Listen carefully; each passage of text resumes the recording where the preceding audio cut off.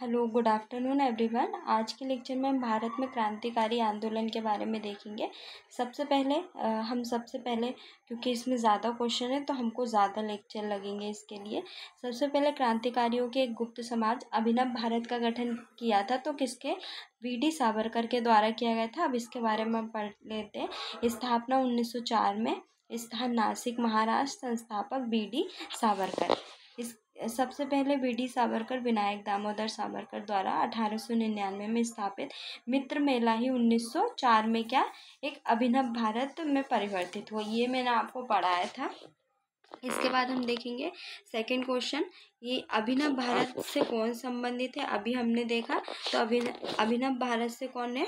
VD. Savarkar संबंधित है। निम्नलिखित में से किसने मित्र मेले संघ को शुरू किया था? तो किसके द्वारा? विनायक दामोदर सावरकर के द्वारा ये शुरू किया था। इसके बाद हम फोर्थ क्वेश्चन देखेंगे। 1905 में क्रांतिकारी संगठन अभिनव भारत संगठित किया गया था तो कहाँ पे? महाराष्ट्र में किया गया था। क्रांतिकारी संगठन अभिनव भारत सोसाइटी वी.डी. सावरकर द्वारा महाराष्ट्र नासिक से संगठित किया गया था, परंतु इसे वर्ष 1904 में संगठित किया गया था, ना कि वर्ष 1905 में। निम्नलिखित में से किसने क्रांतिकारियों के संगठन अभिनव भारत को संगठित किया था? तो किसके द्वारा? विनायक दामोदर सावरकर के द्वारा इसको संगठित किया था। इसके बाद हम देखेंगे वी.डी. सावरकर द्वारा स्थापित गुप्त संगठन था तो अभिनव भारत नामक अंग्रेज विरोधी संगठन की स्थापना की थी तो किसके? वी.डी. सावरकर के द्वारा की गई थी। इसके बाद हम देखेंगे सन 1906 में लंदन में अभिनव भारत सोसाइटी की स्थापना किसके द्वारा की? विनायक दामोदर सावरकर के द्वारा। इसका भी आंसर। इसके बाद हम देखेंगे नवा क्वेश्चन, निम्नलिखित में से कथनों पर विचार करना है कि उन्होंने अभिनव भारत नामक क्रांतिकारी संस्था की स्थापना की थी तो ये सही है। भारतीय राष्ट्रवादियों को प्रेरित करने के उद्देश्य से उन्होंने जीवनी लिखी थी, ये भी सत्य। उन्होंने भारत का स्वतंत्रता संग्राम 1857 नामक पुस्तक लिखी जो 1857 के विद्रोह का एक राष्ट्रवादी दृष्टिकोण प्रदान करती है। ब्रिटिश कैद से मुक्त होने के लिए वे एक चलते जहाज के कूद पड़े थे तो ये दोनों ही इसका आंसर सही है। इसके बाद हम नवा क्वेश्चन देखेंगे। हेड गेवर ने किस वर्ष राष्ट्रीय स्वयंसेवक संघ की स्थापना की थी? तो कब की थी? 1925 में की थी। 1925 में। युगांतर पार्टी का नेतृत्व किया था तो किसके द्वारा किया था? जतीन्द्र नाथ मुखर्जी के द्वारा इसका नेतृत्व किया गया था। इसके बाद हम देखेंगे तो इसका थोड़ा डिटेल में हम पढ़ लेते हैं। जतीन्द्र नाथ बनर्जी बंगाल के क्रांतिकारी थे। वे विवेकानंद और अरविंद घोष के निष्ठावान अनुयायी और युगांतर अनुशीलन समिति तथा गदर पार्टी सरीखी क्रांतिकारी समितियों के सक्रिय सदस्य रहे थे। ये बागा जतीन के नाम से भी जाने जाते हैं। वह कौन थे जिन्होंने अनुशीलन समिति की स्थापना की? तो मित्र के द्वारा। अब हम देखते हैं जो अनुशीलन समिति है वो कहाँ कहाँ पे स्थापित की गई थी और किसके द्वारा और कब कब स्थापित की थी, क्योंकि अनुशीलन समिति की स्थापना सबसे पहले हम देखेंगे मिदनापुर में 1902 में किसने की थी? ज्ञानेंद्र नाथ बसु ने। और इसके बाद ढाका में अक्टूबर 1906 में पुलिन बिहारी दास सर्वप्रथम संगठित था ये ढाका का। इसके बाद कलकत्ता में एक तो मार्च 1902 में और एक 1902 में सतीश चंद्र बासु शेखर बंदोपाध्याय की पुस्तक के अनुसार और प्रथम नाथ मित्र अध्यक्ष थे जतीन्द्रनाथ मुखर्जी, बागा जतीन और वरीन्द्रनाथ घोष। तो ये क्या है? प्रमुख क्या है? अनुशीलन समिति है। इसके बाद हम देखेंगे नेक्स्ट क्वेश्चन। तो 13वां क्वेश्चन, पटना में वर्ष 1913 में अनुशीलन समिति की एक शाखा की स्थापना की थी तो किसके द्वारा की गई थी?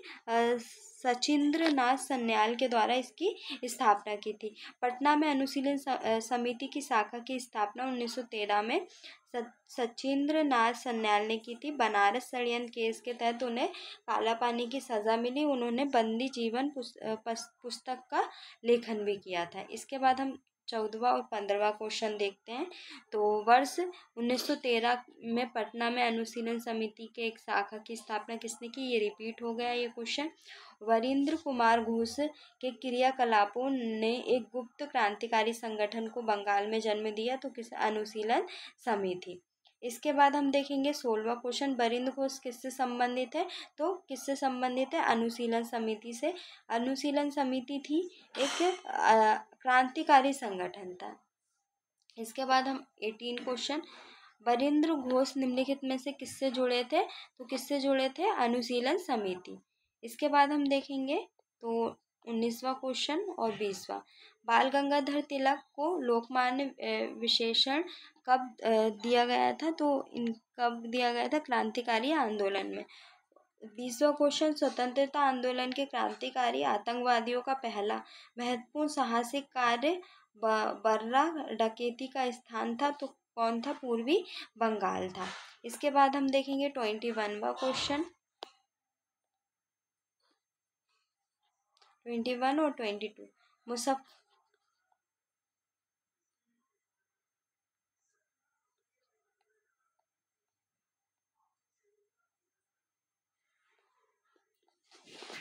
मुजफ्फरपुर में किंग्स कोर्ट की हत्या का प्रयास कब किया गया था? तो 1908 में किया था ना। तो ये हमने पढ़ा था, खुदीराम बोस और प्रफुल्ल चाकी के द्वारा किया गया था।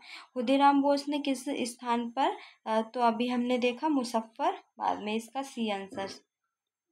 इसके बाद हम देखेंगे 23वां और 24वां। तो मुजफ्फरबाद बम कांड 1908 का संबंध किससे है? तो किससे है? प्रफुल्ल चाकी।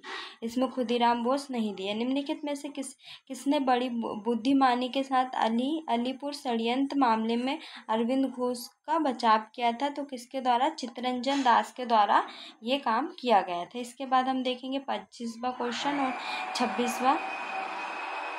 तो किस वर्ष हिंदुस्तान रिपब्लिक एसोसिएशन की स्थापना की गई? तो 1924 में हिंदुस्तान रिपब्लिक संगठन की स्थापना की गई थी। तो कहाँ पे की गई थी? ये कानपुर में की गई थी।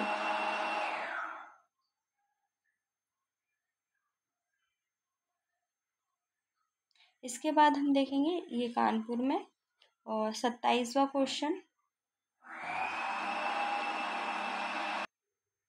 प्रसिद्ध गीत सरफरोश की तमन्ना अब हमारे दिल में, ये किसके द्वारा? तो ये अभी हमने देखा किसके द्वारा? इन